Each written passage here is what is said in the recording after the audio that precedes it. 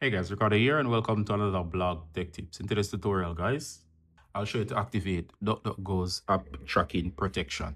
Alright, so I'll show you to activate DuckDuckGo's app tracking protection. Alright, so this is one of the cool ones that for privacy to prevent apps from tracking you.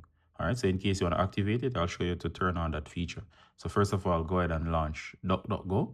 Once you're in DuckDuckGo, as seen here, go to your menu settings, so the three lines upper right.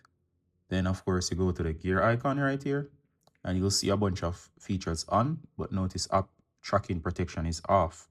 Go ahead and tap.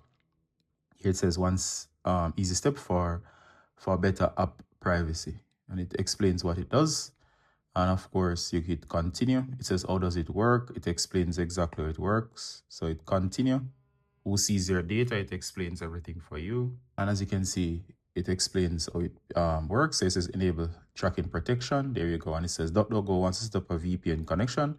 Allow it to monitor your network traffic. Only accept if you trust the source. I'm going to hit OK.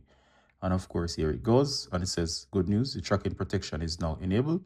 I'll show you a real-time list of apps your device that I catch trying to track you. All right. So I'm going to hit got it. All right, so it says app tracking protection on as a toggle, and it shows you what it has blocked.